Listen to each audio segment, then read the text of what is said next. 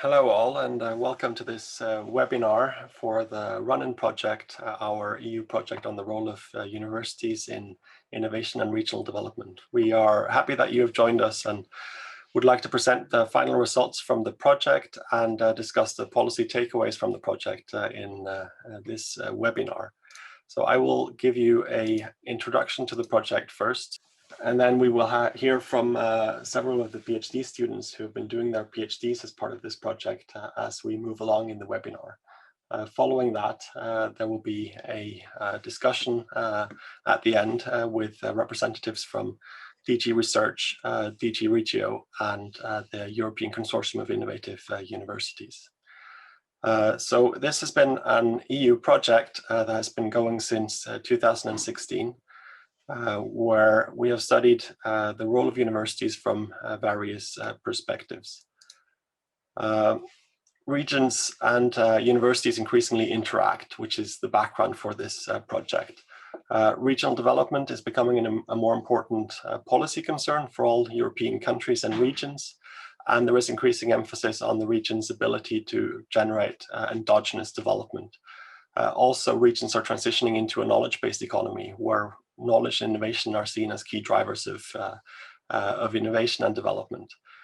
Universities have a key role in this process as promoters of innovation and regional development in their region, as producers, educators, and disseminators of knowledge, and as institutions which link regions up to global knowledge networks.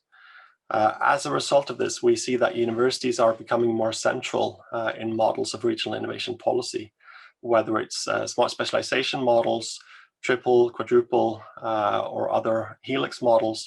Regional innovation systems all afford universities a central role. Meanwhile, on the side of universities, they are becoming more concerned with regional impact. We see discussions of entrepreneurial engaged Mode 2 universities where universities are expected to take a proactive role for their regions. And we know that universities often have particularly a local impact. Knowledge spillovers tend to be mainly local. They tend to collaborate with industry, mainly in the local area, and university graduates tend to stay in the region and are important for the human capital of their regions. So universities can impact regional development and innovation through various channels, through their education, through commercialization, and through interaction with various types of stakeholders in their regions. It's also not just about what universities themselves do, but they transmit knowledge that come from the global research communities that they are part of to wide ranges of regional stakeholders.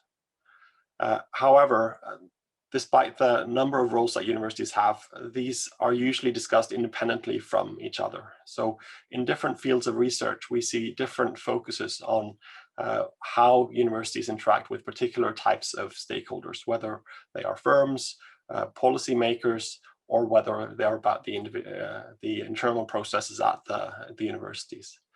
When universities have a complex role, a complete understanding requires integrating these perspectives. So looking holistically at how external stakeholders relate to universities and how universities relate to external stakeholders, and to what extent the approaches from the inside of the university and from the region correspond to each other. This is what we have aimed to do in the RUNIN project. Its aims have been to create a body of knowledge on how universities can contribute to innovation and development in their region by a wide set of interactions with stakeholders.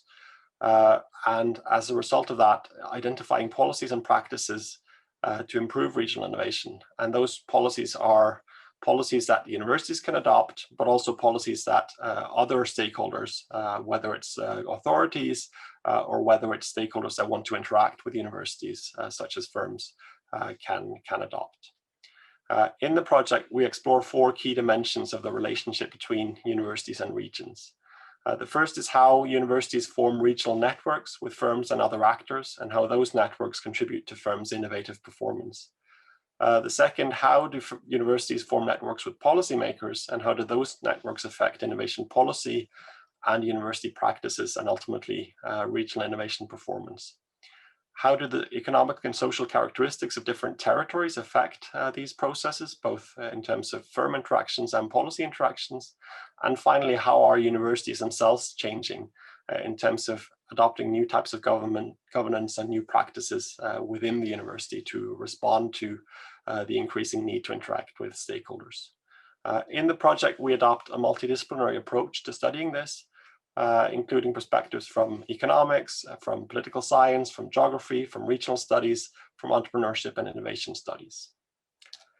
The project includes 7 European regions and 14 PhD students.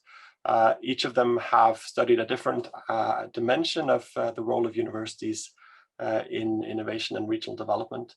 Each of them has studied the region they're in, but also various other regions, either quantitatively or through case studies of several European regions.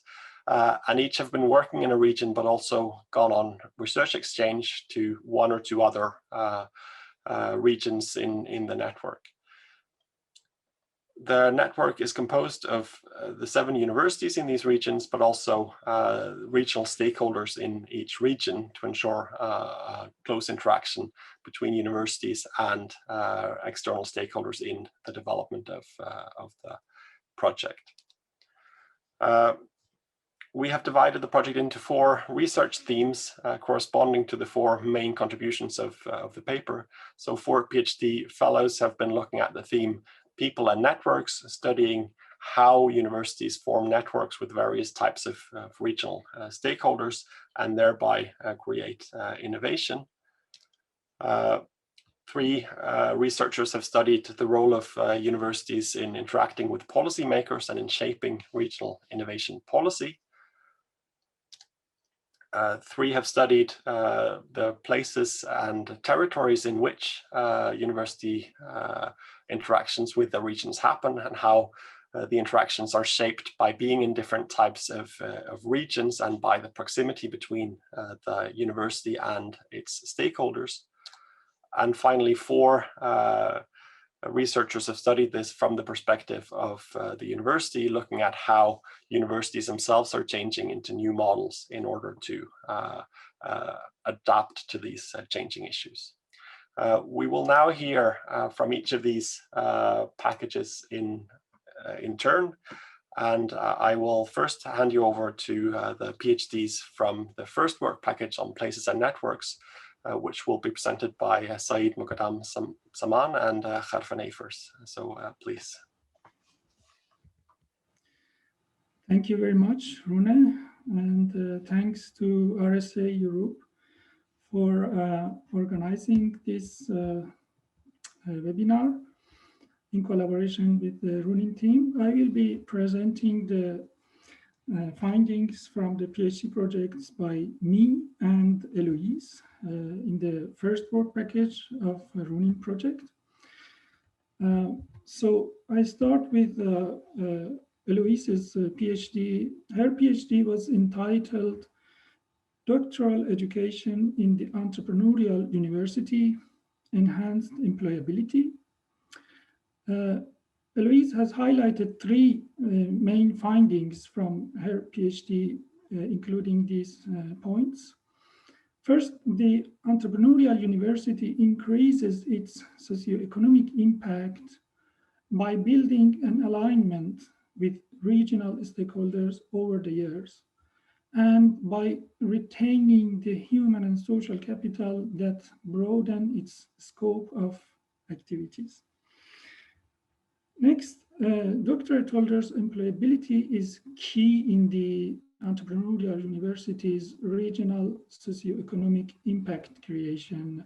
And but when these PhD holders reach out to the labor market, specifically the non-academic labor market after graduation, they are likely to experience skills mismatches.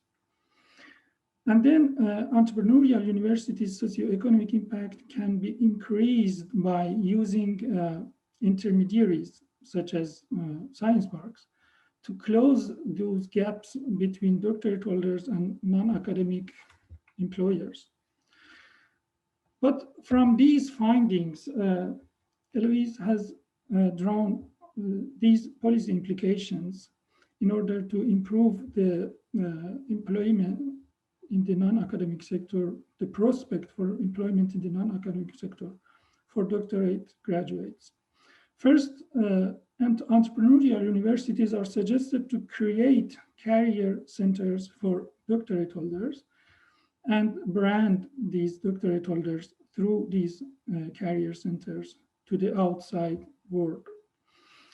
And these universities are also suggested to collect the needs and feedback from regional employers on the provided human and social capital.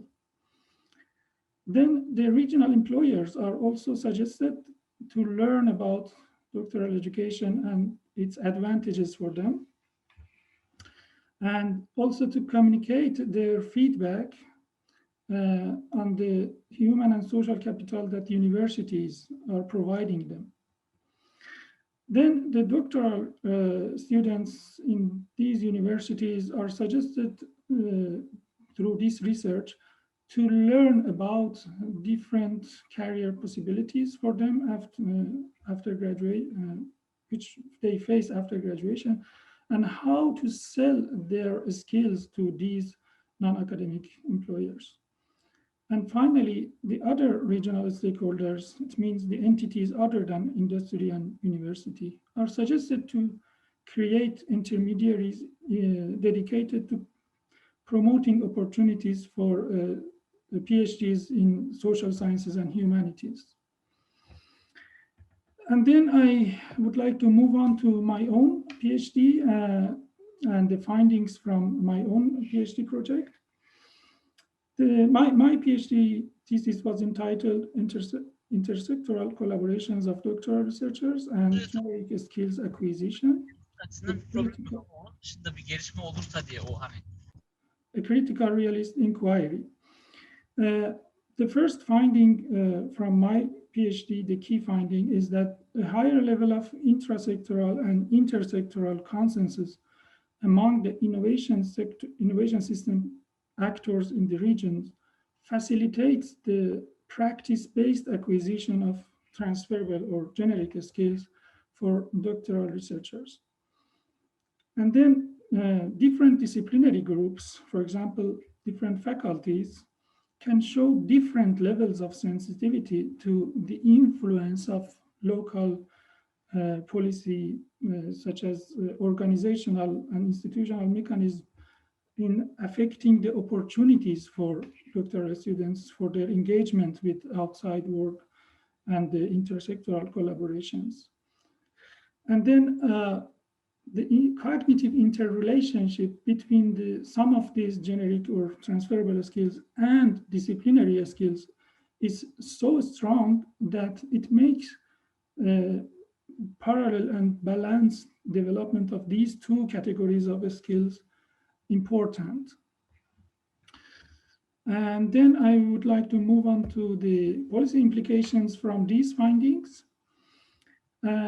First, I'm suggesting that higher education policies targeting the improvement of intersectoral collaborations during doctoral education need to pay attention to the heterogeneity of academic disciplines regarding the receptivity of different policy tools. It means that for some disciplinary groups, it works better by introducing interdisciplinarity in order to help the doctoral students to have more opportunities for intersectoral engagement, while for some other disciplinary groups, it is more important to improve the contextual elements of these collaborations, such as organizational and institutional aspects.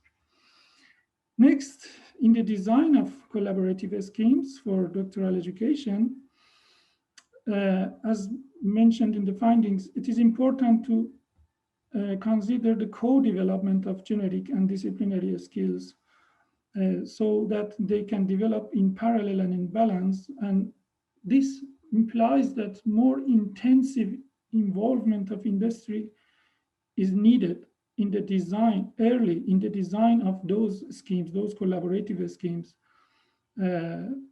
And good example for this are the programs of professional doctorate in engineering, which can be found in the Netherlands or the UK, and represents such an approach better than the other collaborative schemes. And finally, programs and courses which target to improve the generic skills or transferable skills would deliver better results when they designed at the faculty or department level, because this way they can incorporate the necessary consideration, disciplinary considerations, rather than designing them at the university level. Thank you very much for your attention, and I would like to hand over to Herwin to present the findings of his and Rhoda's PhD. Thanks. Thank you, Said, for handing over. First about Rhoda's PhD thesis. She has been conducting her research in the UK at the University of Lincoln, and she looked at the micro foundations of academic networks, specifically in initiation, evolution, and context of these networks. And for this PhD thesis, she conducted some studies in the area of Lincolnshire, but also in the Greater London area. And basically, she used the framework of the effectuation and causation framework to look at these networks. And what she found was that academics, they first look at what's locally available. What kind of networks can they use locally? Maybe access to particular resources which can give them a unique advantage. And then later on, use this knowledge also to spread this knowledge in international networks. So there was really, let's say, an interlinkage between those local networks and those international networks, which helped which helped these academics produce and realize impact. So that was basically the main finding of her research, and she looked also she related this discussion also to the geographic perspective, so local versus international, but also how these ties helped academics evolve their careers and what kind of factors influenced this whole process. Said, can you move to the next slide? Based on this, she came with two sets of policy recommendations, one for local policymakers, first to forge stronger links between global and local networks, also to promote the co-evolution of business and local networks, so really tap into those local networks, really try to see what's locally available. And third recommendation for local policymakers was to encourage those broad stakeholder involvement in addressing challenges of academic engagement. So really see also as a local community what can we offer also to those academics, and how can we also utilize them for the regional development. And if we look at university management, we saw a kind of a struggle, because first they are of course, universities are international institutions, but they also have a really strong regional dimension, because for various regions. So it was really, she also discovered a really struggle at the university management for dealing with these issues. But what she recommends them is to build more transdisciplinary spaces, to create more spaces where academics and also local businesses can meet. Also put in place systems that enhance a better communication among university stakeholders, and third, implement a better approach towards supporting academic engagement. So it's a really two sets of recommendations which both can help better explore, utilize these networks of academics. Then coming to my own thesis, which was titled "The Role of University Industry Interaction in Regional Industrial Development." I've conducted some case studies in Aalborg, but mainly relied on register data, which is available in Denmark, which can really give you really nice data on labor market developments and also on university industry collaborations. And based on this data, I found that found that also regional graduate labor markets, they can adapt to establishment of a university, because I specifically looked at establishment of Aalborg University. What kind of impact did it have on the local labor market when such a new supply of graduates entered the labor market? But we also found that, we also concluded that regional characteristics play a crucial role. There needs to be alignment between the universities'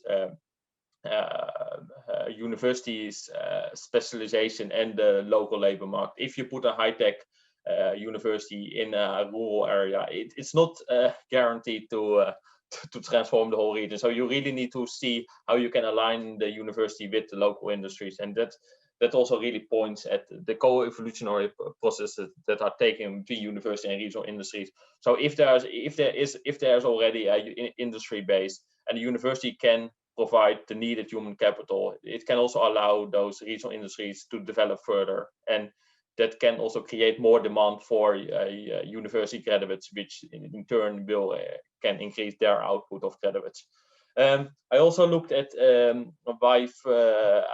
how firms behave in the context of university industry collaborations, and we found that when firms are collaborating with universities, they tend to increase their hiring of graduates compared to similar firms that do not collaborate. So apparently firms, there are multiple, let's say, explanations we can put forward, but one explanation would be, of course, the knowledge transfer hypothesis, that firms hire those graduates to help them transfer knowledge from the university to their organization. But also there are also some other explanations possible. Said, can you move to the next one? With the policy explanation implication, I would first state just the opposite. Do not expect miracles from university, because sometimes universities are seen as a really useful policy instrument, and every smaller or larger city nowadays wants a university. But you should really think, okay, how are we going to utilize this university? Do not expect a miracle if you put a university in a particular declining region and expect it to reverse the trend. So it's really important. It's really important for the university management, also for local policymakers, to see possibilities for alignment of the university with the regional industry, so that regional industries can really profit and from let's say the local university, but also that the university has a kind of a regional context in which it can also provide some unique capabilities. Like if you are in a region and there's a really strong industry which is core to your academic discipline, it can also really help academics flourish. And the third one is there should also be a comprehensive approach in which research collaboration and graduate human capital are treated as two interdependent knowledge transfer channels. So it's not only university industry collaboration, but also look at the same time at how graduates can play a role in the context of this university industry collaboration, because apparently there's a need from businesses for these graduates when collaborating with university. But it also kind of stresses the importance of particular barriers that that firms might experience in the context of these collaborations. I think this was our part of work package 1, and I think our colleagues will take over with work package 2. Hello, everyone. I will start presenting work package 2. Let me just share my screen now. I hope you can all see. It is my pleasure to be here and to introduce the RUNIN project's theme 2 on policies and intervention. There are 3 of us within this theme, and I and my colleague, Lisa Neat, will give more detail on all our findings and the policy implications of our projects. Our colleague Maria is in the webinar as a panelist as well, so please feel free to direct any comments in the chat box to her. In our theme of policies and interventions, we focused on university public policy interactions. So with universities acting as both participants in policy networks, but also as subjects of policy interventions. This involved research into universities' participation in regional policy networks, regional strategy, design, implementation, and evaluation, and universities' broader organizational structure, and engagement as influenced by particular policy frameworks. So I will start with my project. We will summarizing a bit my findings. I researched the role of universities in regional innovation policies and practices, specifically smart specialization and other relevant development and innovation strategies, both at the regional but also sub-regional level. I compared 3 universities in 3 distinct European countries and regions, namely in Portugal, Spain, and the Netherlands, being based at the University of Aveiro. Summarizing my findings, there is evidence that universities can act as key contributors in policy spaces and regional strategies if they are given the opportunity to do so.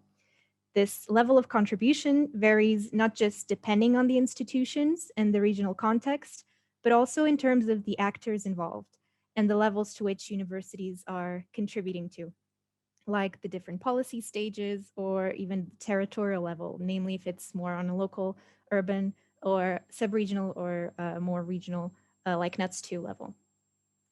In turn, with this interaction, universities are also shaped by the regional policy framework, namely changing their organizational structure to facilitate this collaboration or benefit from the opportunities this may bring. Findings also suggest that, among other benefits, institutional capacity building is greatly enhanced with university regional government collaboration in regional innovation and development strategies. In terms of policy implications, these can be directed mostly toward policymakers or university managers.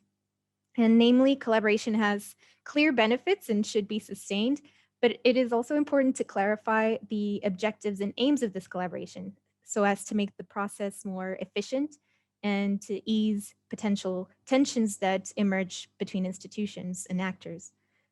This can be possible, for example, by emphasizing collaboration spaces in particular strategic areas.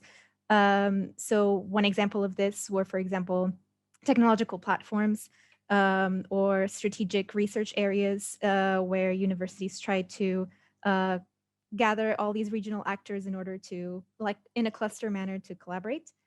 But this, of course, has the potential also for transversal collaboration across several sectors. So it's not too specialized in that sense. For this, university engagement needs to be embedded within the university structure and overall approach to career evaluation in order to motivate academics and staff to collaborate. So it's evidenced by my research also that pedagogical and more developmental approaches help to this. And this includes as well promoting bottom-up leadership within the university to kind of align not just internally, but also to align the university to external needs from the region, to strengthen dialogue also through diverse engagement structures. I will also try to introduce my colleague Maria Salama's research. She has focused on university engagement through structural funds programs, and as these have the potential to strengthen universities' regional roles. Challenges, however, remain, namely regarding universities' often unrealistic roles or often a lot of expectations placed on them. Universities may also not be able to completely match with the objectives of structural funds. There may be a lack of regional and institutional communication systems that can stimulate efficient collaboration. Universities as well may also not have the capability to make an efficient use of structural funds and lack a strategic approach to designing these SF projects. And I will give the floor to my colleague, Lisa. Yeah, hi everyone. I will take over in terms of the policy implications or conclusions from Maria. So basically she has found that, or Maria's PhD has found that there's definitely a potential in strengthening the roles of universities through their engagement in structural fund projects. And here she points out that large-scale university-led structural fund projects can be really efficient in increasing the engagement with local businesses, so the business in the region, and also, may heighten the level of research, development, innovation, investment. However, and that's one of the bigger problems, let's say, academic staff members really need to be involved in the design phase already. So they shouldn't just be pulled in at some point, but should be part from the beginning until the end to ensure, on the one hand, high quality implementation of the project, but also to ensure that there are possibilities to initiate collaboration between the businesses and the universities in terms of a long-term connection that will establish here.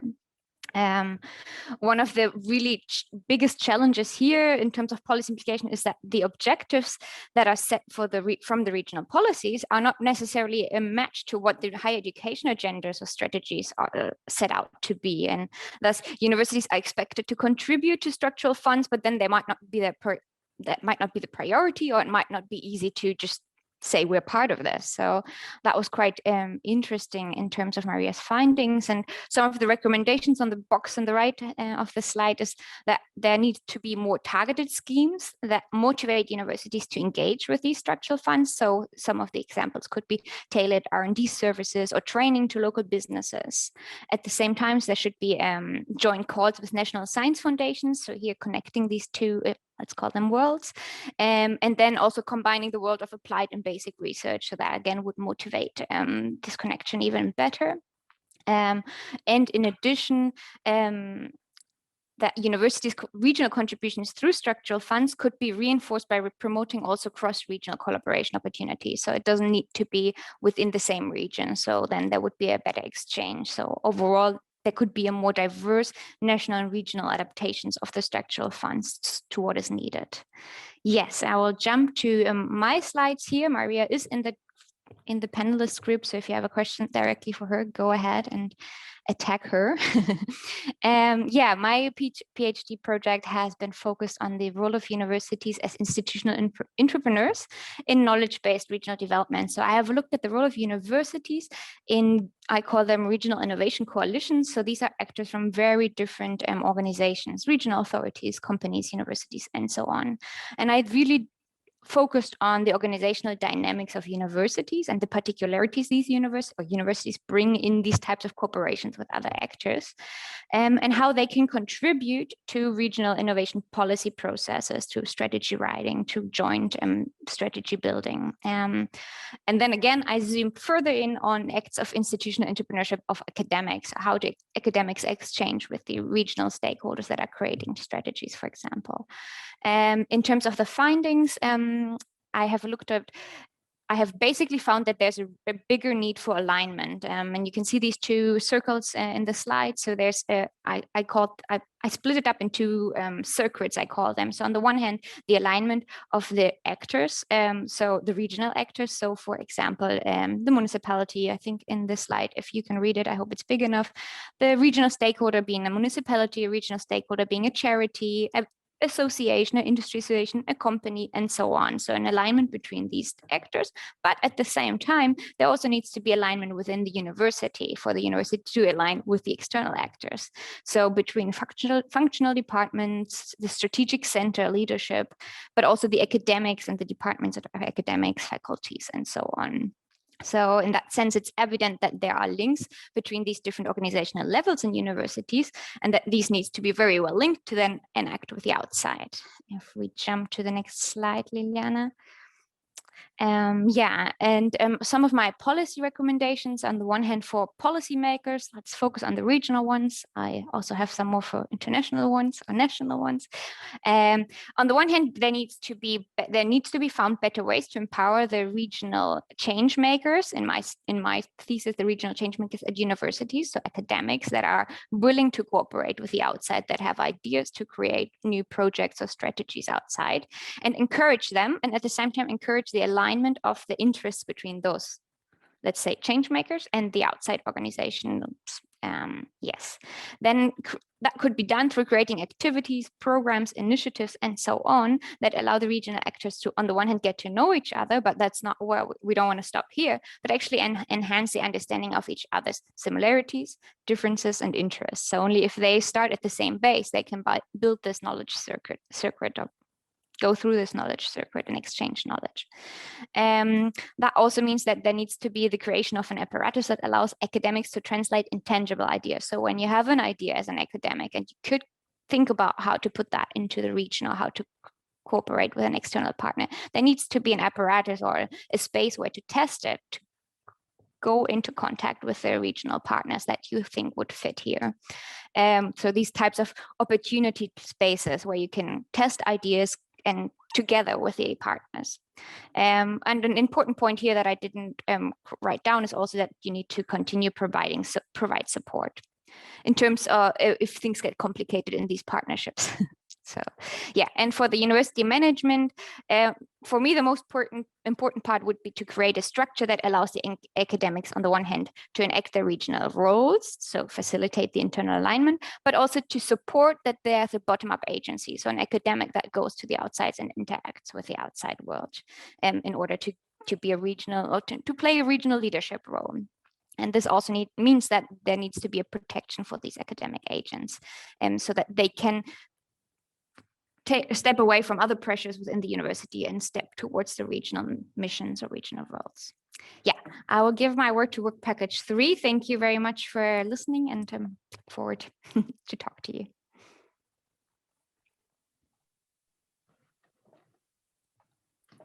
Hello, thank you very much, Lisa, for the opportunity.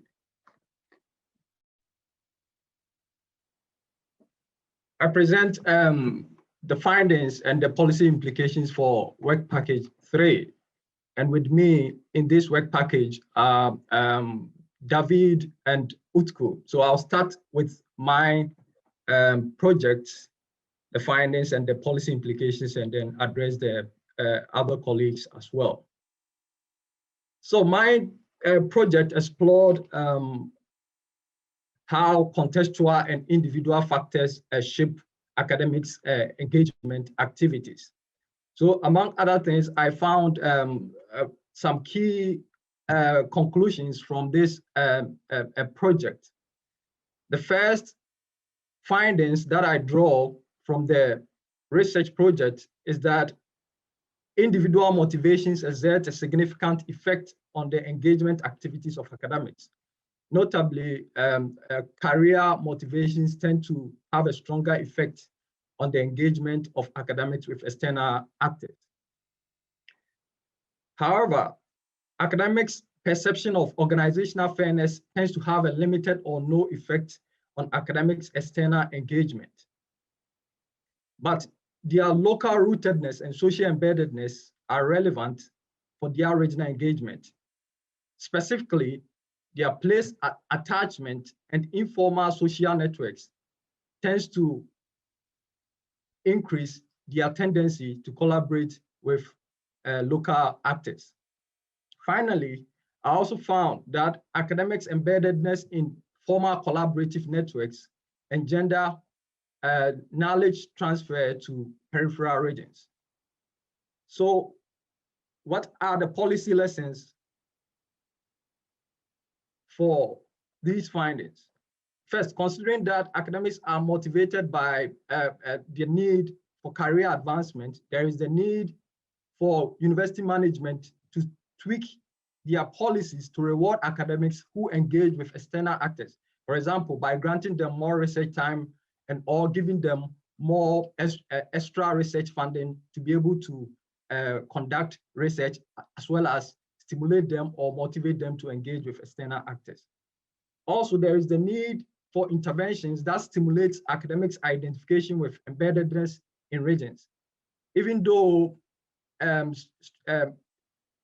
individuals tends to form relationships or tends to form social relationships, there is also the need for a policy and for university management to help academics to be able to establish their networks in the regions that they are. For example, by implementing inclusive and diversity promoting policies, and also organizing some socio-cultural events or helping academics to be part of industry associations.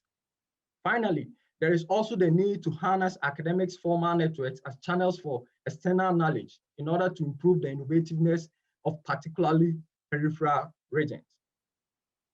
I'll now move on to the research of David. David's research looked at the extent to which factors that are linked to universities' industry collaborations differ across metropolitan, intermediate, and rural or peripheral regions. So David found that there is an association between firms' employment of university graduates and university industry collaboration. And this relationship tends to be stronger for firms that are located in rural regions than metropolitan or intermediate regions. He also finds that firms that are located in intermediate regions, when they collaborate with research and technology organizations, tends to collaborate less with universities in their regions.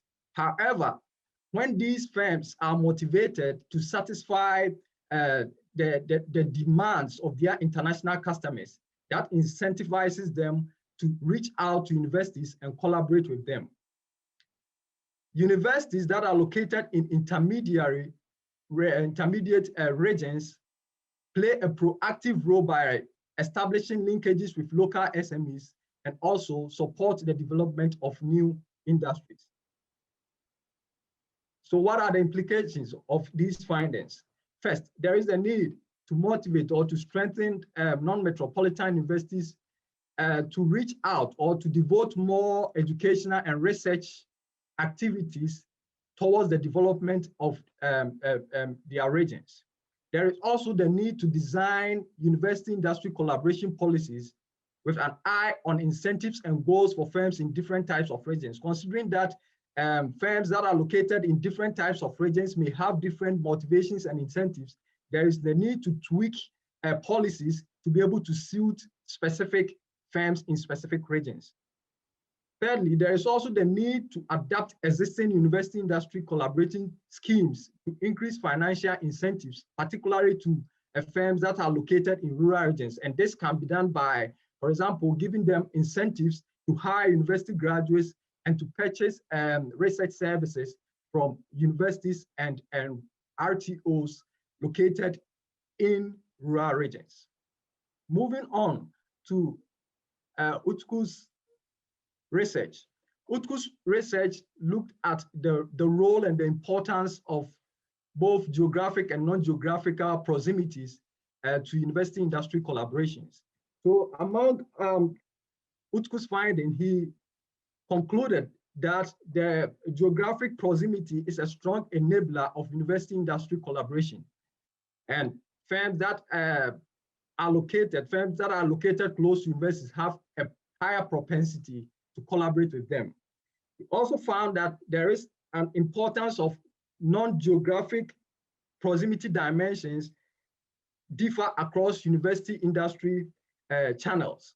For example, cognitive and institutional proximity tend to matter most for knowledge exploration, whereas social proximity is important for knowledge exploitation. He also found that interaction processes between firms and universities contribute to non-geographical proximity development, regardless of university industry collaboration types. Then finally, he also found that there is an interplay between university industry collaboration and proximity dimensions. For instance, UICs that are motivated by capacity development tend to be sensitive to distance, whereas those that are motivated by societal impacts tend to be less sensitive to geographic proximity. So the implications of these findings are that there is the need to develop mechanisms to cover all range of university industry interactions, not necessarily focusing more on commercialization activities, but there is a need to focus on all activities because all these activities tends to help the development of various proximity types. For instance, there is the need to focus more on the mobility schemes for students, academics, and industry researchers. There is also the need to differentiate support mechanisms by conducting a priori needs assessment for firms to acknowledge their motivations and devise more targeted interventions. For example, by developing small-scale projects or networking for social proximity and students' internship for cognitive proximity. Finally, there is also the need to allow some flexibility in the regulations and norms to decrease the institutional distance between firms and universities. So these are, in effect, the findings and conclusions of our work package. I will now turn the baton to Sergio to bring you the findings of the final work package. Thank you for your attention. Thank you, Kwado. Hello, everyone. I will now be sharing my screen. Well, last but not least, I will be presenting the results and main policy implications of the 4 PhD fellows that were working on the theme of practices and governance. It was basically me, Sofia at Twente University, Ridvan at University of Aveiro, and Juan at Autonomous University of Barcelona as me. I will start by my own PhD project, which was entitled Assessing the Impact of University-Firm Collaboration on Firm Performance and Regional Development. And regarding the main findings, based on a case study of a very successful collaboration between UAB and Henkel, a German chemicals company, I firstly found that some of the key determinants of the success of such R&D partnerships were informal, including trust and personal networks. In the same sense, in that case study, I found that firms benefit from such collaboration in terms of R&D outputs, let's say innovative products, patent production, as well as in developing other activities related to entrepreneurship, talent acquisition, and having access to a high-level scientific environment. And such partnerships should also have positive effects or potential effects on universities and the regions where the interaction takes place. Secondly, based on data from firms of the chemicals industry in Spain, I compared firms collaborating and non-collaborating with universities, and I found that firms that collaborate with university tend to have higher revenues from innovative products, and they tend to be more R&D intensive, investing more in R&D related capital and paying more and hiring more people for R&D duties. And what this generates is that there is a innovation related profitability gain of collaborating over non-collaborating firms. And such gain is mainly given by improvements in efficiency at firms, in technology at firms, not only in technology in a broader sense, in terms of not only capabilities, but also practices. Also, there is a size scale effect that indicates us that larger universities tend to have a greater impact from university-firm collaboration in their innovative activities. And this led me to the next policy implications. So we've presented scientific evidence of the potential positive impacts of university-firm collaboration on the innovation-related economic performance at firms. And this made me suggest that industrial policy should be more aware on this, should be more aware on the potential gain from university-industry collaboration on the financial performance of firms via technical efficiency and technology, because this could have positive effects on the sectoral and regional industrial productivity. Also, regional innovation policies, which currently assign a key role to universities, could complement this approach with a broader focus on the economic benefits of university-industry collaboration. So what I'm saying here is that there is a potential for win-win relationships between firms and universities, and now such relationships, such partnerships can be empirically justified in economic terms from first perspective. So I think that both academia and policymakers cannot fail in communicating and sensitizing business managers and practitioners on the economic benefits from collaboration with university in economic terms. Finally, as part of my research, I also developed a piece on research impact assessment. We developed a model called Maria model, multidimensional approach for research impact assessment. And with this, we could contribute to the current debate on research evaluation, and we aim to shape a more novel and comprehensive way of approaching research evaluation from the point of view of research policymakers and funding agencies. Now we'll jump to Sophia's project, which was entitled University Governance in the Times of Mission Stretch, Implications for the Regional Mission. So she basically explored the situation in three universities that make part of the RUNIN network at Aalborg, Linköping, and Twente.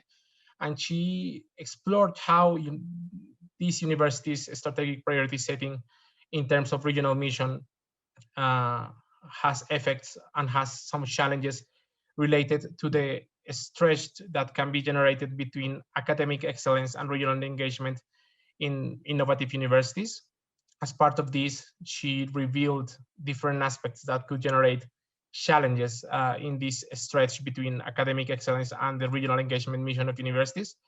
Firstly, she identified 4 complexities of levels of action at universities. We have the proper strategic governance, some intermediary structures, the institutional entrepreneurs, and the proper knowledge exchange.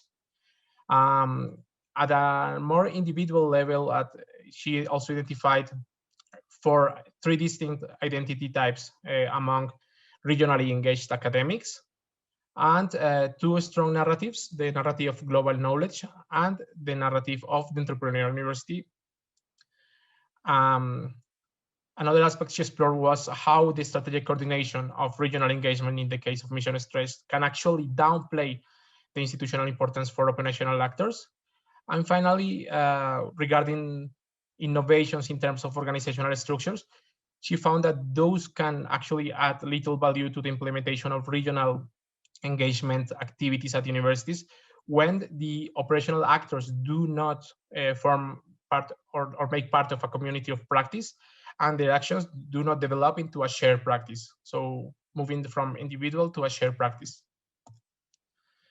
So basically, she pointed out 2 challenges. Firstly, at universities, the strategic and operational levels can be decoupled from each other, and this can restrict university academics and also policymakers for creating a shared agenda and put it in practice. And secondly, as I already mentioned, we can have a stretch in universities' strategies to achieve, firstly, world-class success, academic excellence, and secondly, regional engagement. And in this stretch, the regional mission can lose importance. So in order to mitigate this potential marginalization of regional mission at universities, Sophia suggests, firstly, we should have alignment of managerial modes at governance, and we can do this through network governance. Secondly, we should align also instrumental and institutional or cultural modes of governance, and this can be done by, firstly, optimizing the mix of professionals with different engagement identities at departments or project teams, and secondly, by giving a scope for action to researchers, matchmakers, and so. Additionally, in terms of narratives, it is important that these are framed in a way that university and the regional engagement can be driven at faculty level. And finally, she suggests that it is necessary to make provision for network and community building in order to align partners. So yeah, as I saw in some of the questions, alignment is still a quite relevant concept to be accomplished. Now, moving to my colleague Ridvan's project. His PhD project was titled Transitioning from Entrepreneurial to Engaged University Model, Evolving Conceptualization of Innovation, Contributions to Regional Development, and Challenges of Institutional Change. So he explored these issues based on analysis at University of Aveiro and University of Twente, also part of RUNIN network, which are considered entrepreneurial universities located in less developed regions. And despite he found they have made some relevant progress on transitioning from an entrepreneurial model to an engaged model, they cannot still be classified as such, mainly given to 3 reasons. Firstly, the understanding of innovation in the European landscape has changed significantly. And now there is more recognition of different types of innovation, and the different conceptualizations of innovation can generate tensions that have also permeated universities. And in the same sense, these different types of regional contribution do not have the same level or degree of cognitive and cultural legitimacy at the universities. So despite he recognizes that now there is a broad recognition of social innovation, bio-based innovations, and culture and creativity-driven regional development, technological innovation, research commercialization, and supporting startups are the still predominant activities at universities. So yeah, we have a diversification of societal actors, and universities have started collaborating more with them, but still the leading collaborating partner is industry.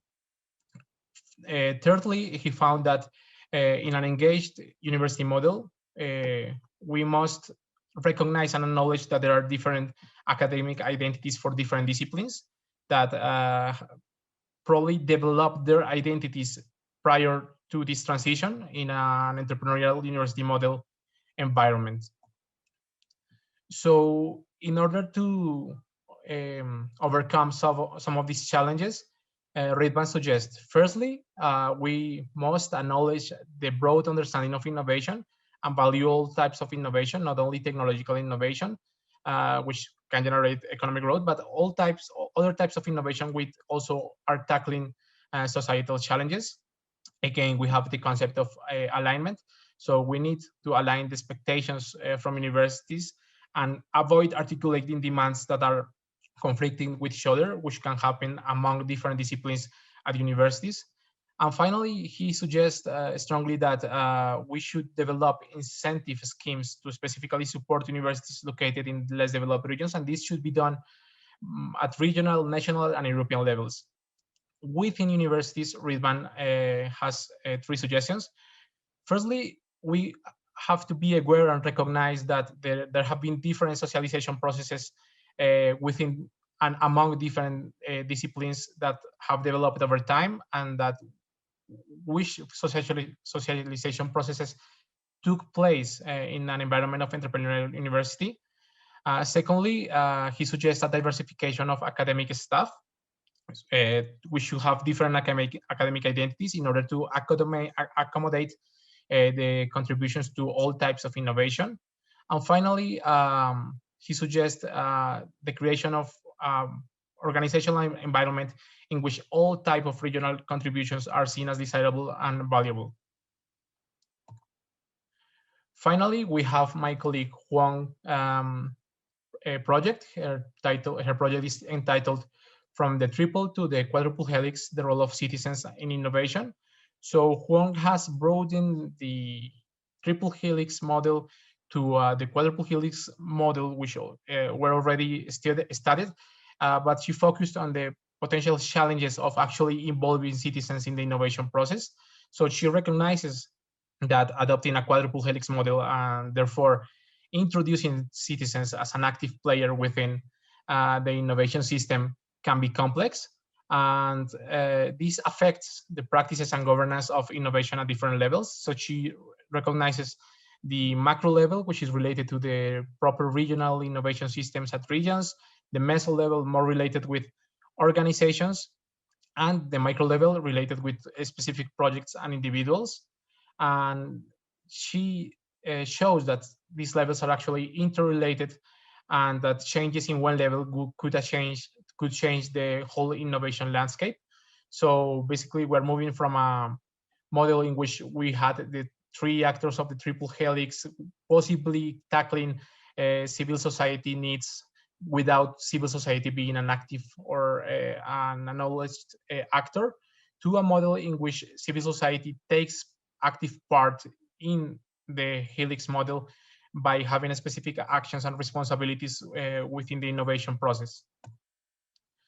So given this, she has suggested some policy actions. Firstly, she says that it is important to focus more closely on the mechanisms through which civic actors can exercise their agency. And for this, she used the example of living labs in the region of Catalonia, in which citizens are identified as actionable knowledge.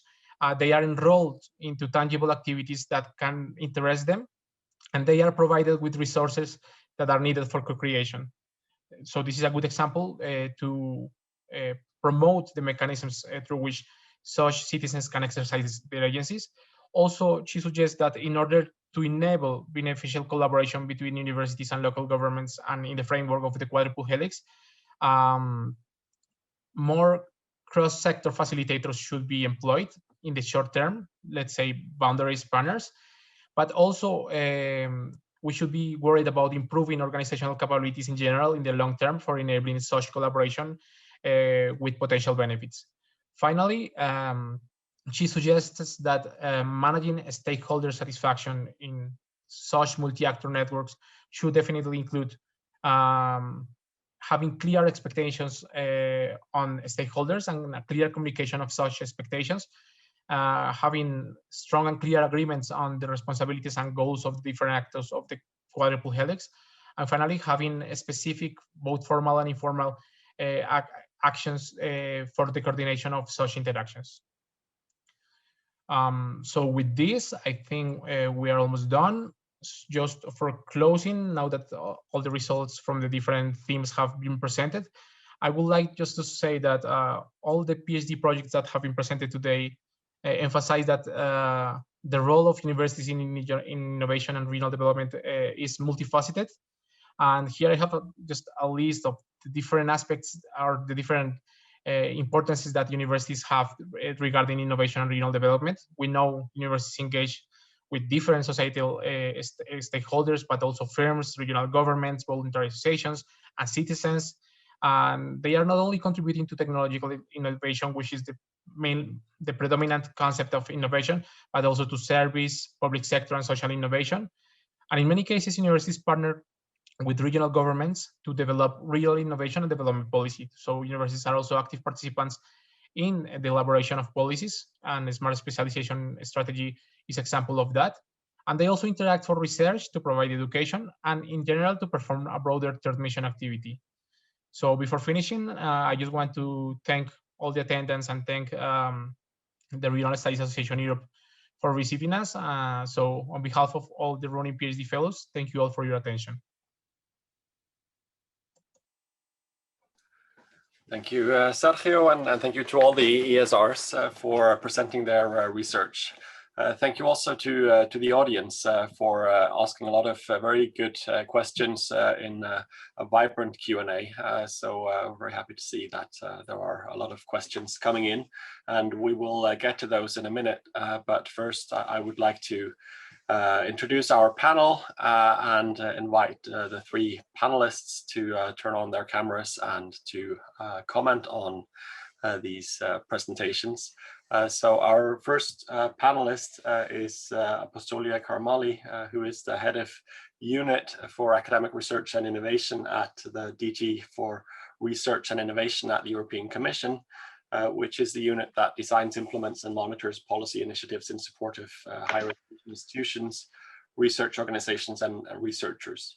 So I think this is a very relevant stakeholder for the research that we have presented here, and we look forward to hearing from you on what you have taken away from what you've just heard. Please, Apostolia. Thank you very much, Rune. Good morning or good afternoon, everybody. Let me start by saying that I feel particularly privileged to be exposed to all these rich findings from all those young researchers. Warm congratulations from my heart. I'm really impressed with the findings of the projects. I'm really impressed with the presentation, very concise, clear messages. So congratulations. This is my first message. The second point I wanted to mention is that these projects and the findings of these projects is really at the heart of policy making at the moment. As you know, the Commission recently adopted the new European research area together with a rich package addressing education, the European education area, the skills agenda. Last year, the Council has reacted quite positively from the perspective of individuals, of institutions, of ecosystems or regions, for that matter. So I think that this project had really addressed the full cycle. I started preparing some questions regarding what about that point, and in fact, by looking at all the findings from all the work packages, in fact, we addressed it in a very comprehensive way. So indeed, I think it is very relevant to say when it comes to people that we have to look at the career development, at incentives that we put for all these researchers and doctoral students, how we reform the assessment system of careers to take account of all these elements. Traditionally, the career development is based on more traditional aspects, and as you know, it is at the heart of all the policy discussions to go beyond that and take into account these kind of activities you propose. How universities should transform themselves is very important. And what I take from the messages is that we don't have one size fits all. I was particularly struck by the discussion on the interdisciplinarity.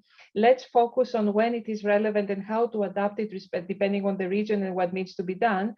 And then also, you confirm the assumptions about the ecosystem, that in order to promote place-based growth, we really need to make sure that we take the appropriate measures, which is a mix of incentives, funding, but also a lot of organizational governance aspects that you mentioned, in order for the ecosystem to properly organize itself and be fertile to this kind of initiatives. You mentioned about getting to know each other, making sure that all the actors properly interact with each other. So all these are quite relevant, very relevant points. And also what I really appreciated is the need for interaction with existing industry, but also the approach towards value creation, knowledge transfer, and finally also the quadruple helix discussions that we heard in the last presentation. So how we engage with the citizens of society so as to promote social innovation, of course, always taking into account efficiency and the broader labor market in general. So overall, my message is the findings are at the heart of the policy agenda, and I will certainly look much more in detail to see what actions could be picked up in the discussions for the future measures that we want to undertake and propose and discuss with the Council. Thank you very much. Thank you very much, Apostolia. Very interesting to hear your takeaways from the project. We'll move on to our second panelist, who is Denisa Perrin. She is the team leader for Smart and Sustainable Growth at the DG Regio in the European Commission. So we are now moving on to hear how this looks from the side of regional policy and on a team that works with smart specialization and cohesion policy, in which a lot of our research is focused. So please, Denisa. Thank you for the floor. Hello, good afternoon. Thank you for the floor, and really I'll just join Apostolia in her warm thanking to our colleagues and to the young researchers and to the enormous effort and work done behind. And I very much also appreciate the focus of the research on turning the academic results into policy recommendations. And this is something that we absolutely need. And this is what is extremely useful. When Rune presented the project at the very beginning, on the two slides, he very much gave the picture of cohesion policy and how the cohesion policy also sees the support to research and innovation, because there is a reason why there are two policies. Why at the level of European Union we have Horizon, we have centrally managed policy, and on the other side cohesion policy, but it's focused more on innovation ecosystems and to see how we interact in innovation ecosystems. So from the cohesion policy point of view, it's extremely important, because what we recognize is that the places, they do matter. They do matter in terms of policy making. We don't do different policies, and the policy design is different from one place to another. All it depends on the maturity of each region of maturity of their innovation ecosystems, on maturity of the actors. And here I come back to the universities.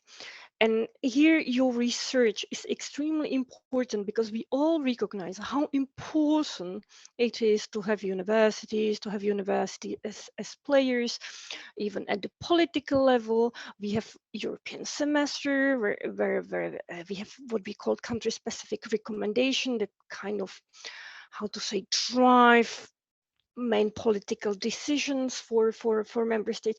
We very often point out that a key weakness in research innovation systems are business academia linkages. This comes up quite often, but what do we mean behind? What is there behind? And what are the concrete linkages or the concrete measures we shall focus on? And I think here the research brings really valuable insights in that. And this is extremely important. What is extremely important is also you recognize not only that places matter, but that we are looking at innovation in broader sense. That this broader understanding of innovation, going away from the linear approach to innovations is extremely important. It's extremely important because it shows that we need to do different innovation policies in different types of regions. So the role of universities, in my opinion, and this is also backed by the research, is we do different things in different places, and the role of universities is different. And this and what we need to understand from universities is how they can act as credible partners in the quadruple helix, because this is something that cohesion policy is based on quadruple helix. I mean, what we call smart specialization is really concentrated along the quadruple helix and entrepreneurial discovery process. So this is the whole governance process of innovation ecosystems. What I noted down here and what I wanted to ask also, I mean, there is one thing I was perhaps missing is, and this especially we have in less developed regions, is the environment in which universities operate. I mean, if we are looking at the role and how universities affect regions, I mean, we also need to look at the context. So I was looking, perhaps, do we need to also reflect about the need for incentives or R&I reforms? Or I know it's sometimes this decision making is not done at the level of regions, but still the universities, they operate in a certain context. So this is one of the aspects I would like to look at, or perhaps, but otherwise it's what I really liked is the role of networks. This is something we can see, the role of networks also in building capabilities and capacities. So networks of universities of academic, this we had at the very beginning. There were great insights about university-industry collaboration, about the role of human capital, about skills, about the alignment with the need for alignment with regional universities. We had a week ago discussion with your colleagues from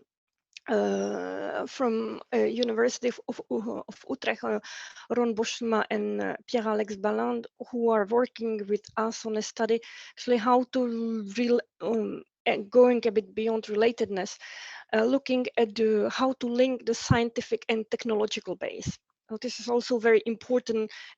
I mean, how to use the relatedness between your scientific base and the technology base available in the region, but to go towards complexity, not to get locked in current solutions. Lisa mentioned, I very much appreciated the involvement in researcher of academics in early phase or design phase of regional policies. This is extremely valid now, because now in 2021, this is the beginning of the new programming period, and we are in the middle of negotiations with member states and regions on the design of their support programs in the field of R&I, so on. And they are the majority of regions and member states, they are reviewing their smart specialization strategies. They are running now the process again of entrepreneurial discovery process. And you, the academics, the universities, you play a key role in there. So it's extremely important to take part in the EDP or in the quadruple helix. Then I mentioned, someone mentioned also the role of regional innovation coalitions dynamics, how to address regional challenges. And this is something what we were looking at as well, is to really relate the work of you guys in the universities with the decision making at the level of regions or member states. I think this is something to really perhaps go the other way around, to link more the regional actors and rely very much on you. What is important is the to integrate learning in policy development, and your because we are all, if we take into account the smart specialization as a key in the process, it's form of experimental governance. So we need to be able to learn from what we are doing. So really your insights are extremely important. I had lots of things I would like to to discuss with you. It's extremely stimulating, motivating, but let's leave the time for other panelists and questions. Thanks a lot. Thank you very much, Denisa. We now turn to our final panelist, and we'll hear from the side of the universities. So we have with us Paulo Jorge Ferreira, who is director of the University of Aveiro, which is one of the universities in this project. And he is also here as a representative for the European Consortium of Innovative Universities, which is an organization in which many of the universities in RUNIN are members, and which has served as a kind of parent for the project. So please, Paulo. Hello, good morning, everybody. I think you can hear me, right? So thank you for all these presentations. It's been fascinating to go through all of them, and there are very interesting issues to be discussed. First, I would like to mention that there are obvious differences between the regions that we have heard of and universities that are in them.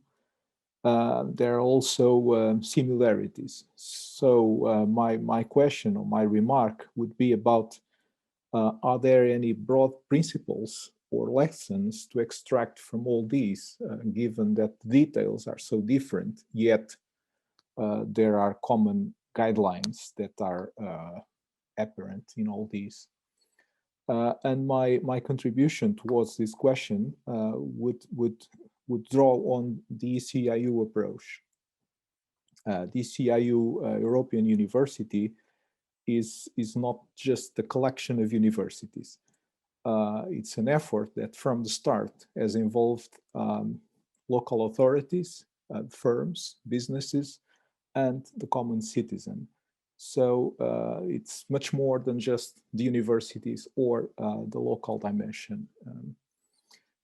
The idea is also to have mechanisms to provide answers for lifelong learning, which is very important. We have been talking about alignment and realignment, and I think those are important keywords because the world is changing so quickly. So having ways of adapting and aligning the needs of the job market with the skills of the workforce is very important for the future of every region and for the future of Europe. The university has an approach that is challenge-oriented, and the challenges are co-designed with society, with the firms, with the local authorities, and that enables us to address issues that are important locally, but also globally. And this link between the local and the global dimensions have also been discussed before. For example, the ICU University targets Sustainable Development Goal 11, intelligent, sustainable cities and communities. And that enables us to motivate people and the common citizen towards this effort. I think that's also very important. Regarding lifelong learning and also interdisciplinary learning, which is very important, we offer an approach that is based on a learner's wallet. It's like a sort of a passport in which the learner might stamp its credentials, its micro-credentials throughout its career or from one institution to another. So I think it's a very flexible mechanism. It allows the student or the learner to choose its own path, and it allows us to co-design those paths with society and address those needs. So all in all, I think it's something that fits very well within the picture that these talented students have drawn today before us, and I'm quite excited about that. Thank you all. Thank you very much. So I would like now to invite our RUNIN PhD students to respond to some of these comments and discuss the takeaways with the panelists and also with the audience. So one of the issues that is raised by several, both in the Q&A box and by several of the panelists, is this issue of how career incentives can be aligned with this broader role of universities. Apostolia raised this issue that we might have at the policy level to look at career development and incentives both for researchers and for early careers. And Denise also mentioned how policymakers at the regional level need to look at how we address this. Several of you in the chat have discussed similar issues. Some questions are how can we expect academics to do this if there are only 24 hours in a day, and how can we protect the people who do this from being punished career-wise when they are in systems that really focus on rewarding them for other tasks that they have to achieve, especially for their research roles. So several of our PhDs have looked at academics who are engaged in different types of ways and have collected their perspectives on these issues. So I would like to invite a couple of you to respond to that. We could start maybe with Quadvo, who has done a survey of engaged academics to hear how this has affected their and how they balance these different demands. Quadvo? Hello, thank you, Runa, for giving the opportunity. Yes, indeed, it's sort of a balancing act to do. At one level, you need to sort of academics. From my research, I found that academics are motivated to engage with external actors to sort of help them to conduct research that will, in the long run, help their careers. So, and when we did the regression analysis, we found the different motivations, that is career, societal impact, and also financial motives or personal financial motives. We sort of realized that academics sort of engage more for career reasons, to be able to get resources, to be able to get funding, to be able to establish the networks that will help them with their research, which will in turn spur them on to advance in their careers.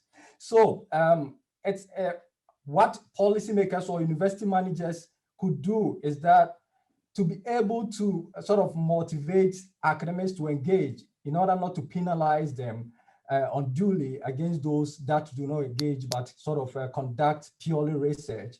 There is the need to look at engaged academics and sort of devise some policy mechanisms or strategies that will help them to be able to, that will motivate them more to engage with external actors. One of these could be to, as it were, to give them more research time and more research funding. But this also is difficult to achieve because at the moment, there are no sort of appropriate metrics that are able to adequately capture the external engagement activities of academics. Unlike research, where we can sort of measure the performance of academics by their publications, number of publications, or the citations that they've received. It's very difficult to capture the external engagement of academics at the moment. So it is important that university managers devise sort of appropriate mechanism or metrics to be able to adequately measure the external engagement of academics, so that they will be able to quantify how they invest in these activities in order to reward them accordingly, so that they will not feel penalized, or they will not feel that they are sort of left behind, or they are sort of,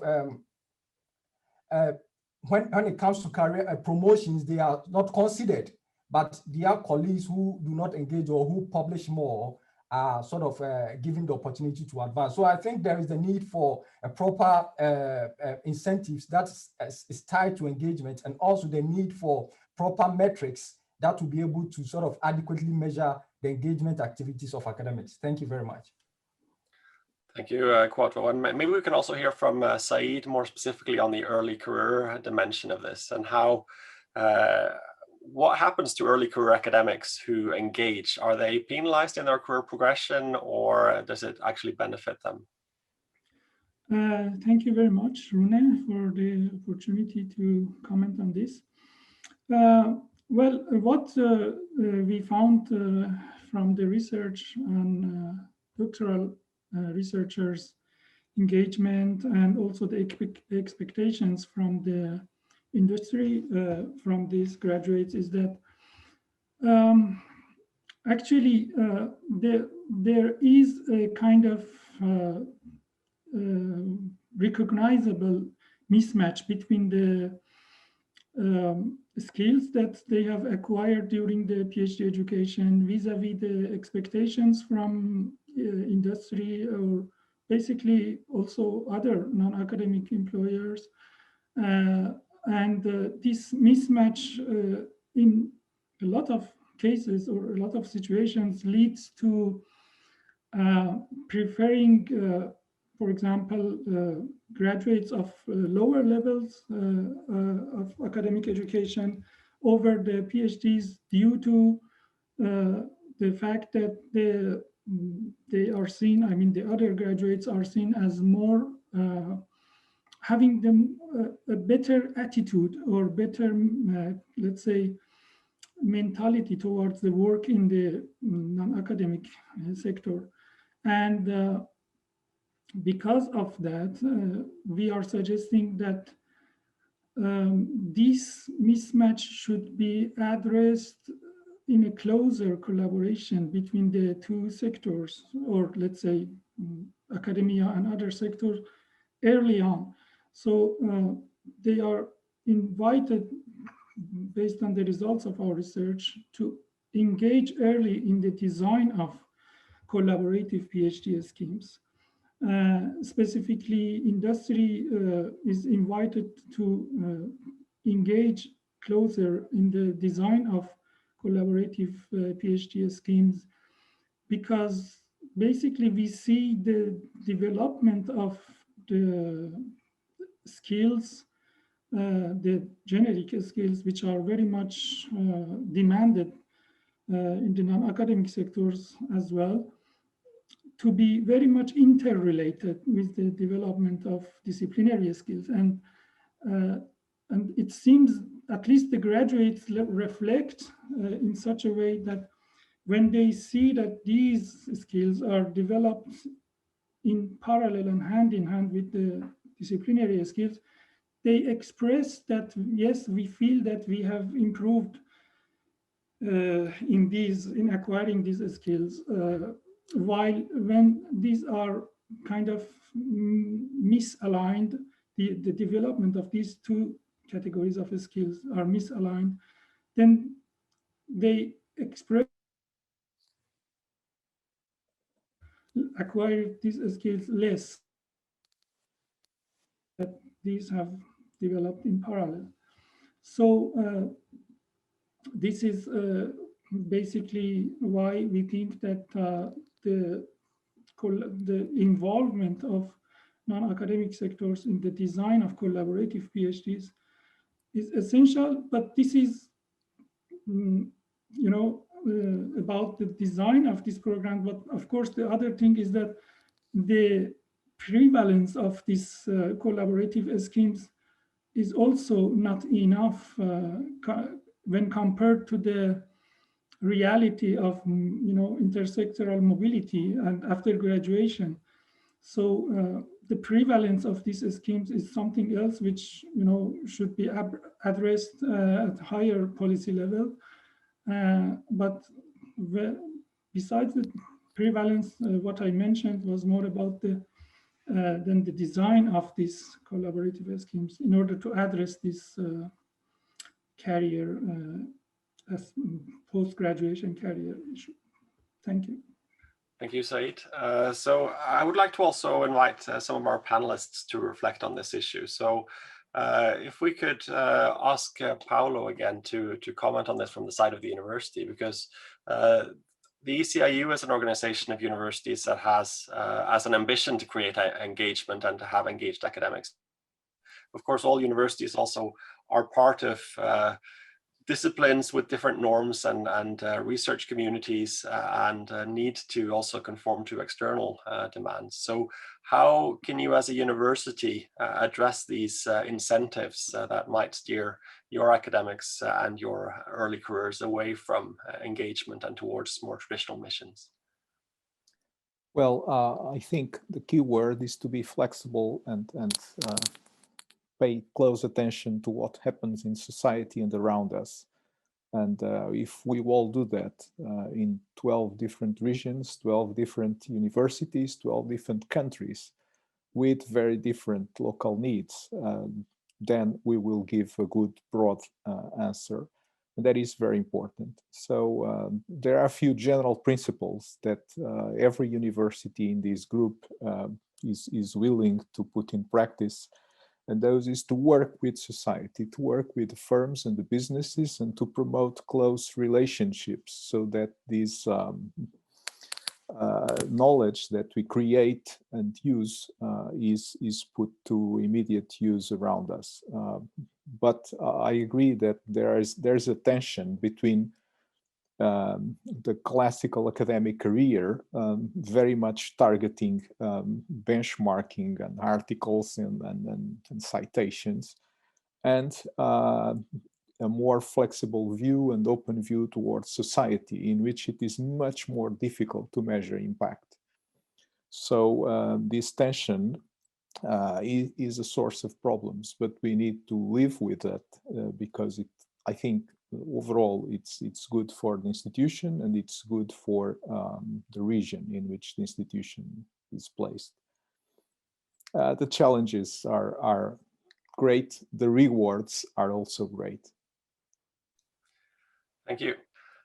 So if we can move on to a different topic, I see also that alignment has been raised by several of the panelists and also several people in the Q&A. So the alignment between what the university does and what the region needs, essentially, or how there can be mutual alignment between the university's activities and the regional activities.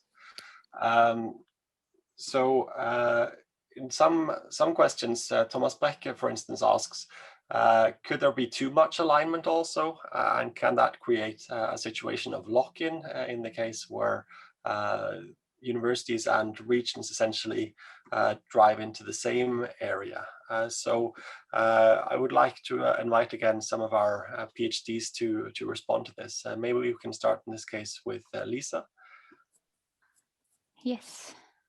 Thank you. Yes, thank you, Rune, for your questions, and thank you for the questions from the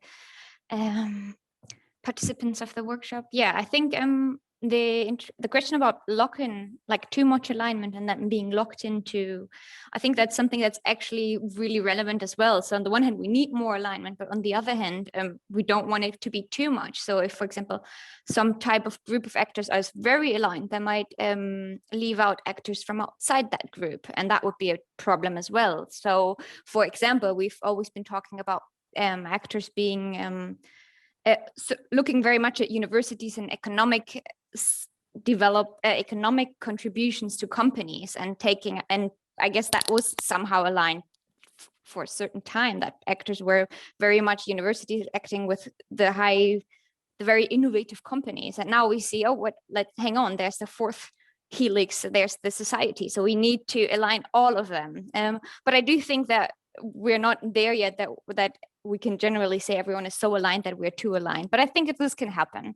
But I think for alignment with the external actors, you first need alignment within the university in that case, or the different universities. And I think that is where we need to look first in order to look outside. And I think that connects very well to the first question that was just discussed. So how can the actors within the university know what else is going on within the university in order to go outside? And then there's these two levels, so the strategic level of the university and the academic level, to be able to coordinate and cooperate with the outside and align with the outside. I think there's also a question of where do you stop with alignment? So is alignment that you know who's out there and you know how to work with them, or is it actually the next step of how to innovate with the external partner, how to find new solutions, how to tackle challenges for the region? So we need to go to that second level and not just know who's out there and know who to ask, but call him and do the next step. So I think there are different levels of alignment that we could differentiate here. But yeah, I look at that in depth in my thesis. If there's a specific question, do get in touch. Thank you, Lisa. And maybe we can also ask Gerben to comment on this issue. Yeah. It, of course, let's say I totally agree with Lisa that too much alignment is also a risk for regional, let's say, innovation systems, and we should really prevent, let's say, the situation that universities become basically just a training institutions for regional industries. Then you can really talk about too much, let's say, alignment. But what we basically advocate for is that universities should really see what's happening in the region, and then to see how they can add something and maybe extend and maybe diversify based on, let's say, the existing capabilities in a region. So it's not basically just producing what industry demands at this moment, but also just taking, let's say, the next step, but not taking the next step in a totally different direction, but still taking as a next step related to existing capabilities in the region. And we know from the regional studies literature that that's important to find those relatedness to existing strengths in the region. Yeah, but it will always be a difficult decision to say, okay, when do we have enough alignment? But yeah, that's I think also a discussion we still need to pursue.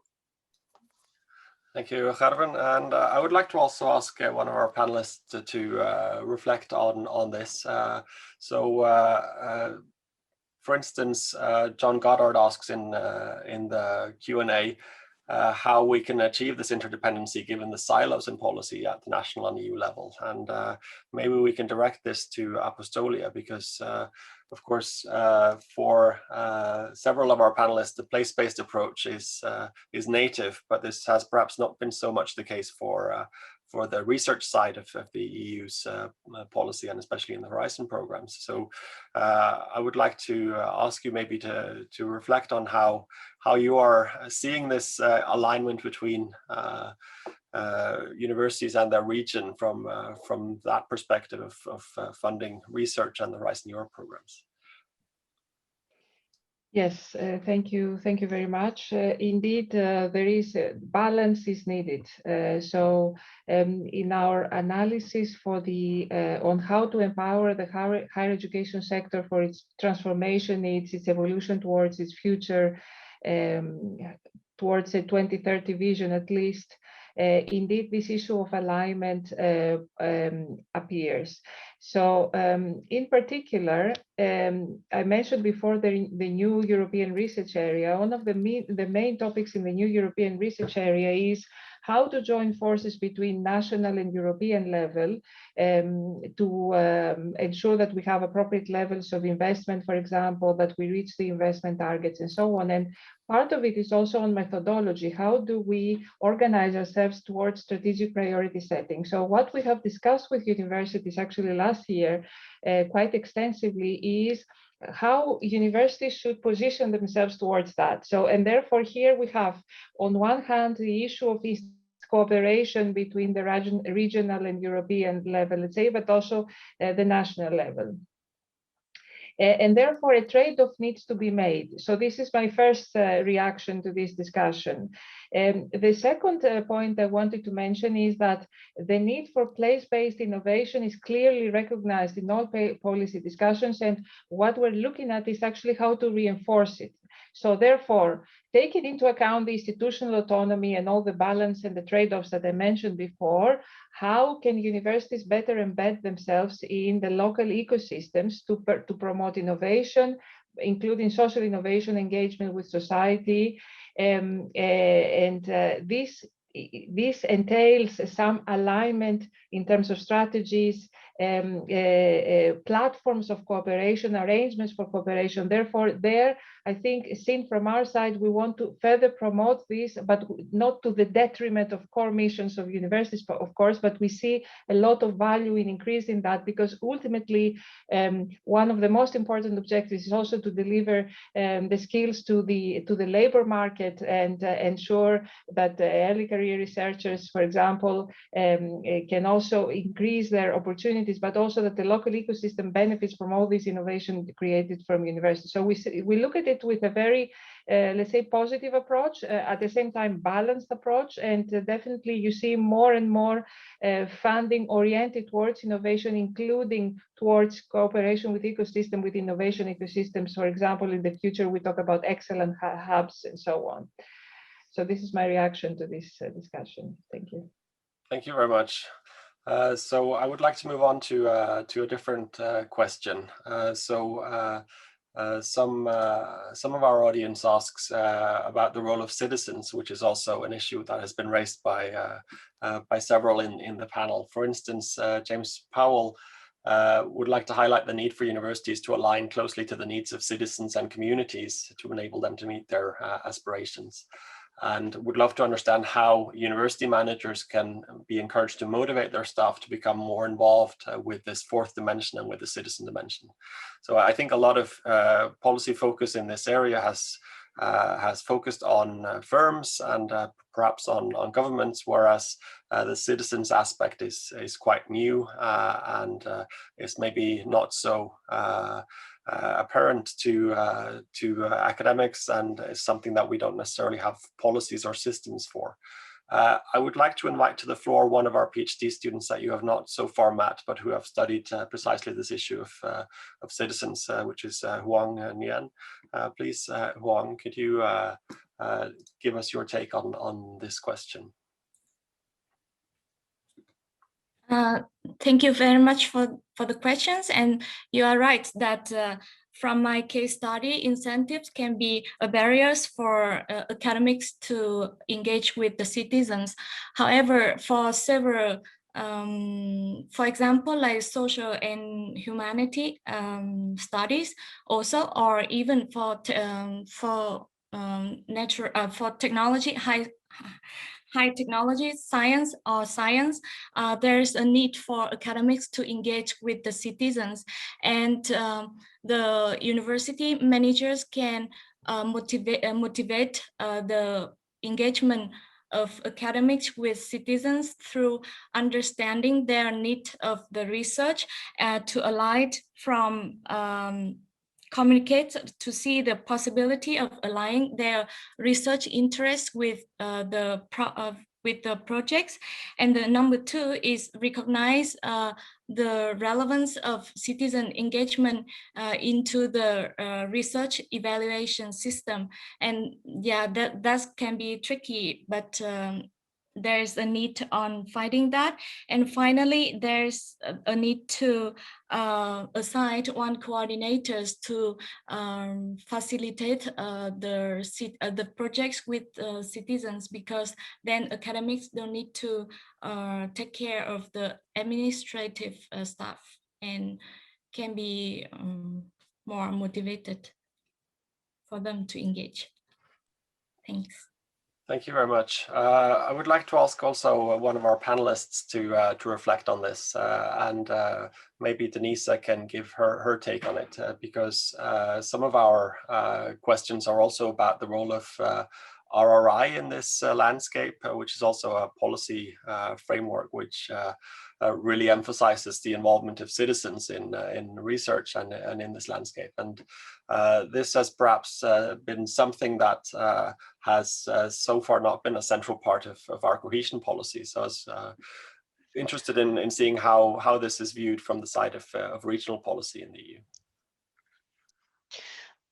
Thanks for the question. This is not an easy one, that's true. But honestly, what we try to do very much is to include, I mean, to change a bit the way how we look at smart specialization, because smart specialization at the very beginning of the process, we had it was a strategy. It was a paper done once at the beginning of the period. What we try to do now is, and I will come to the answer like this. What we try to do now is to take a look at it as a dynamic, ongoing process, and exactly involving civil society, involving citizens, involving also foundational economy, in order to change a bit the directionality of smart specialization to be able to address not only the needs of businesses, but also to be able to address societal challenges related with what we are going through. I mean, not only the pandemics, but also, I mean, the digital and green transition. And this is something, especially for the green transition, if the smart specialization is not able to involve all the relevant actors, meaning here really the financial economy, public sector as driver of innovations, we won't be able to have a proper design of cohesion policy in the area of R&I support. It's very much about the capabilities. It's very much about having the right skills to manage all this. So this is all of this, you know, transferring also the intangibles from universities to the public sector and to civil society and vice versa. And we are very much aware of that. And this is something we try to work on as much as we can, and especially reflected in the current or in the post-2020 design of policy programs. I hope it answers your question. Thank you very much, Denisa. And we would like to hear also from the research side on this. So Apostolia, please, you would like to also comment on this? Yes, thank you very much. So indeed, it is a dilemma. I think it was raised before, many demands towards universities, how this can be managed in practice. What I would like to say is that, as you know, under Horizon 2020, there was a dedicated part, Science with and for Society, where the issue of citizen science and citizen engagement was extensively addressed, with very positive results, not only in terms of citizen science, so using citizens to promote science, but also regarding citizen engagement and building trust in science. And there is a lot of value, and there is a very important role from universities in promoting this in the local ecosystems with their citizens and society. And I think the pandemic is a very clear example of how important it is to have this trust in science and have the buy-in, vaccination campaigns, behavioral patterns, and so on. And the last point I wanted to say is that these aspects of responsible research and innovation will also be the subject of policy discussions on a possible pact for research and innovation, listing all core values and principles in the context of the new era. Thank you. Thank you very much. So, I mean, related to this, there is a question from Thomas Fernell on how the focus of RUNIN has been mainly on regional development and innovation and on interactions with firms. We've heard a few different perspectives that help, I hope, to moderate that impression. But the broader question is, to what extent do the policy implications from this also apply to broader community, civic, or public engagement of universities without the economic dimension? Perhaps we could invite Sergio to reflect on that comment for us, please. Yeah, thank you, Rune.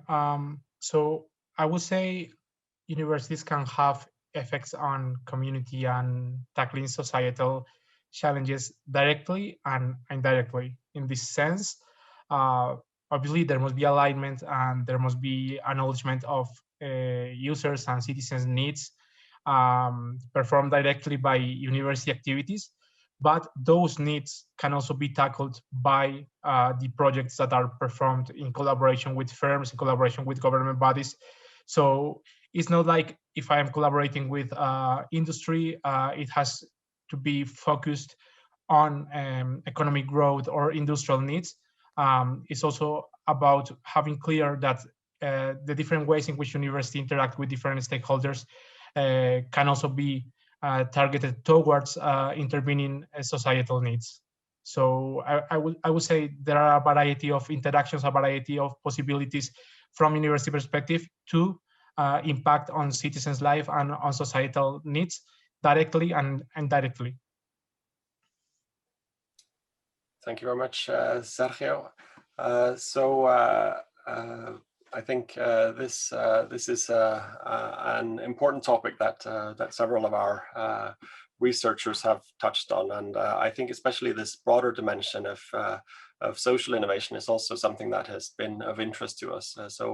I would like to invite another of our PhDs who has focused specifically on this and who you have also not so far met, Ziner, to reflect on his research on social innovation and universities. Please, Ridwan. Hi, Rune, and thank you for allowing me to comment on that. Yes, I indeed did some research on social innovation in two regions, in Aveiro and Twente. And what we found together with some other researchers was that in these less developed regions, universities were primarily established to revive regional economic development. So they mean this is how they try to survive in these regions and maintain their legitimacy by stirring economic development. And as such, since 1980s, they have developed an identity based on entrepreneurial university profile. But so much has changed since then, and social innovation has emerged. Although there are some researchers who would like to contribute to social innovation, to fostering it within the region and beyond, and who still do despite the non-supportive incentive structures. From a desirability point of view, the social innovation is still very much under the shadow of technological innovation and economic-oriented third mission activities.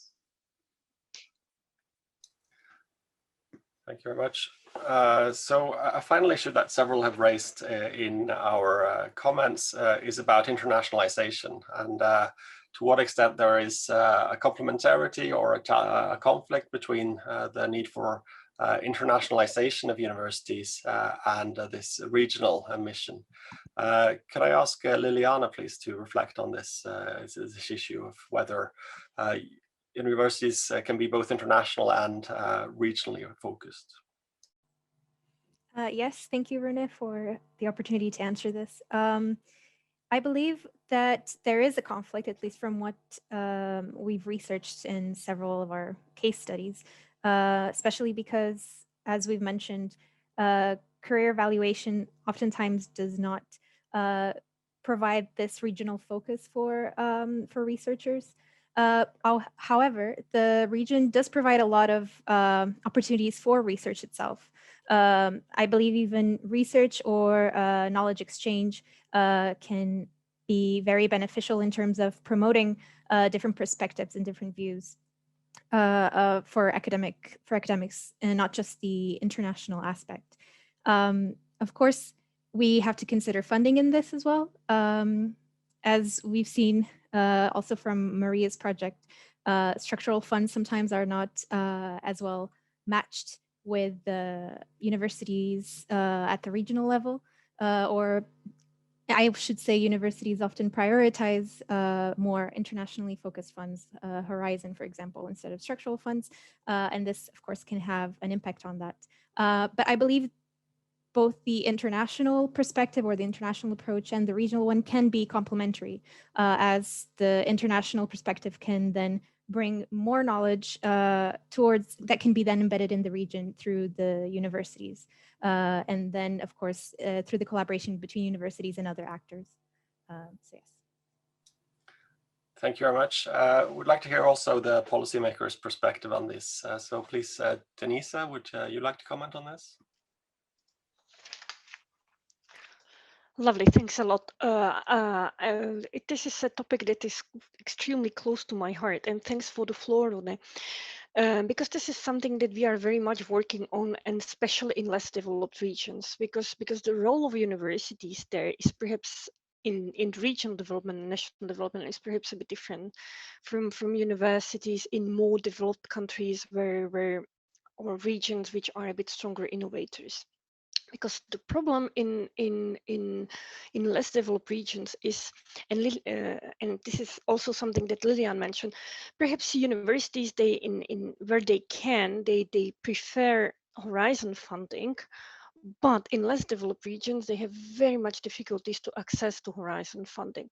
So here the question is really, the internationalization is an extremely good way for universities and researchers, especially in less developed regions, to team up with more experienced universities or colleagues in order to build their capacity, to participate in horizon funding, but also to build their capacity to act as a regional innovation development actor, and not only in business academia linkages, but as colleagues mentioned, I mean, we should really go beyond the role of business linkages, but look at social innovation and role of public sector.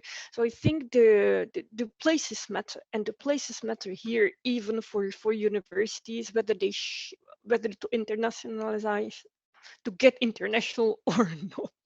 Thank you. Thank you very much. We are getting to the end of our discussion here.